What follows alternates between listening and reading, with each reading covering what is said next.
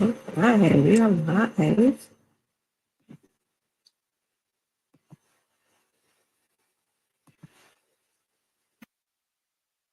There we go. And then,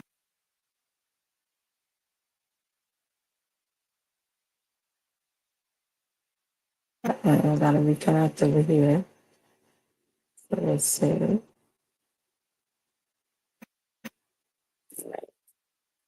Hmm.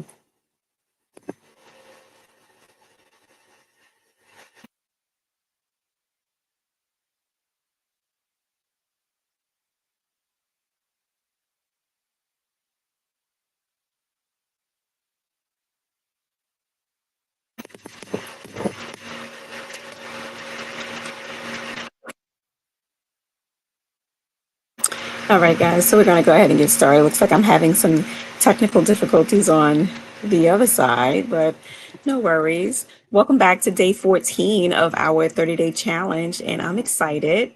I'm excited because today I'm going to talk about so a lot of people are leaving the bedside, right? A lot of people are leaving nursing in general, and there are definitely ways that you can still build wealth and stay in nursing and utilize your expertise. And that's what we're going to talk about, right? And we're talking about this in this 30-day challenge series of going from, burnout to wealth building. That's what we're talking about, because people are leaving the bedside, or they're leaving the hospital setting in general.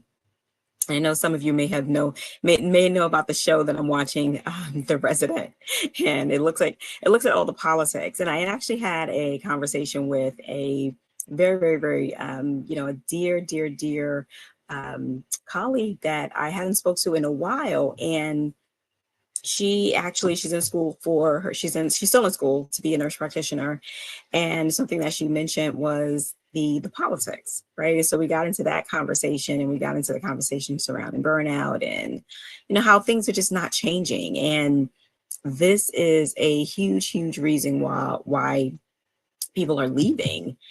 And but something I want you to consider, even though people are leaving the traditional setting, you don't have to leave nursing entirely. So when I first transitioned, and I was laughing because I'm doing a 4-week leadership intensive, so to speak, on my podcast, on Nurses with Voices podcast.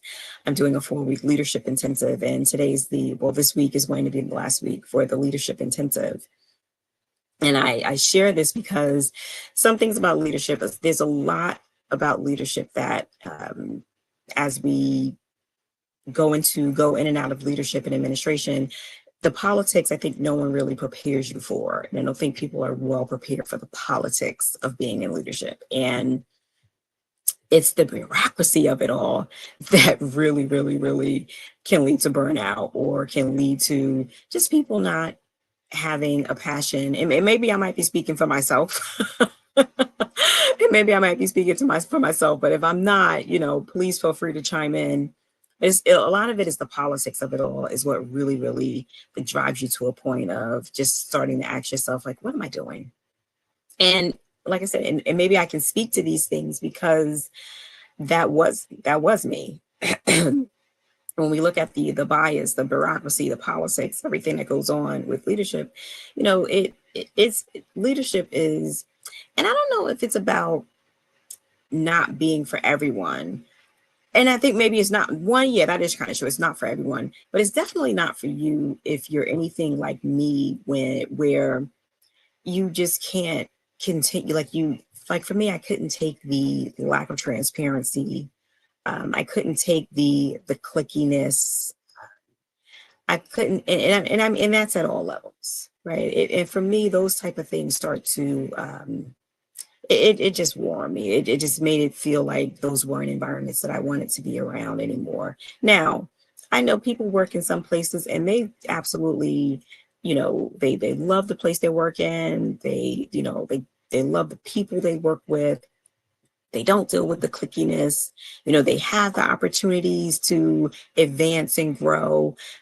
which is great. If that's your opportunity, I want, you should definitely stay. If you're, you should definitely stay where you are, and then actually help show other hospitals or organizations how they can do the same thing. And that's actually a great consulting gig.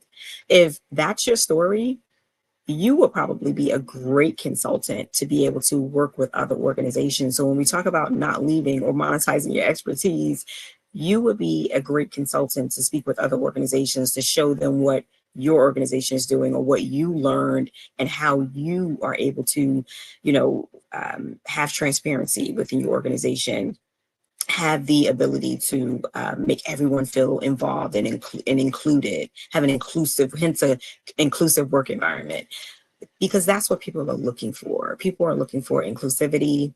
And as much as, and even before the removal of the DEI, is being scrubbed from everywhere. And so, and even before this was being scrubbed from everywhere, and we were saying, oh, everything is inclusive. It really wasn't, right? And that's why we have the clickiness. That's why we have the clicks. And I say all that to say, there's definitely ways to monetize your expertise when it comes to nursing and not needing to leave the nursing environment. And when we start to consider, all right, well, how do I monetize my expertise? Well, you can start tutoring. You can tutor other, you can tutor nursing students. And you can start, you can create digital products. I remember, and I'm thinking about when I was still in the traditional setting, I remember there was and I can't think of her name, but there was a lady, and if anyone knows her name, put it in the comments. There was a lady who, and she's probably still around, but she would teach people how to pass their NCLEX, how to pass the NCLEX. And she was like very well known, very popular. And she's probably, like I said, she's probably still around, but this was her side business. Like she would show and teach people how to pass the NCLEX, and she became very, very, very well known behind that. And these are the type of things you can do. You can create leadership guides and leadership ebooks. This is how you can still, and it goes back to making that connection and what I was saying, where if you are in leadership and if things are working well, write a book about it, write a guide about it, so that people can see, or organizations can see, okay, this is what we can do better, and be able to really start to put things in motions, put those movements in place where we can do so much better. Because you have the knowledge, you just have to package it. And it's knowing how to package it, right? Like it's knowing how to package what you know already. Then you have for my bedside nurses, you have PRN jobs, you have travel, you have specialty roles even can pay more. So when we think about either in the hospital or as travel nurse positions, you have ICU, CVICU, these type of positions, they pay more money, and especially with travel. So as a travel nurse, if you have an oncology certification, you'll get paid, or what's the other one? The L&D nurses get paid more as a travel nurse, because these are jobs that are in demand. So as a travel nurse, you can actually make a lot of money as a travel nurse in those specific roles, because they're in demand. Or like open heart, CVICU, those positions, they'll get paid. You'll get, you can make more money. Or going into specialties like IV hydration therapy, right? Or aesthetics. Or, it allows you to have not only more control over your schedule, but also it allows you to have control over your finances. Now you can just do it on the side, and that's what my independent contractors do. They just do it on the side. Like they have their IV hydration businesses, they have their IV hydration that they provide. And then one of my nurses, she actually just took an aesthetics class, and now she's doing aesthetics as well. So and for her it works because she has a husband, she has 2 small kids, so she works a 9-to-5 nursing job, and then she does the IV hydration and aesthetics on the side. So these are things that you can do on the side to make extra income, and you're monetizing your expertise, right? And then you just have the aspect of, then this is the last thing I'm going to share with you. It's having that aspect of nursing like a boss, right? And what do I mean by that? This is where you can start looking at rental properties,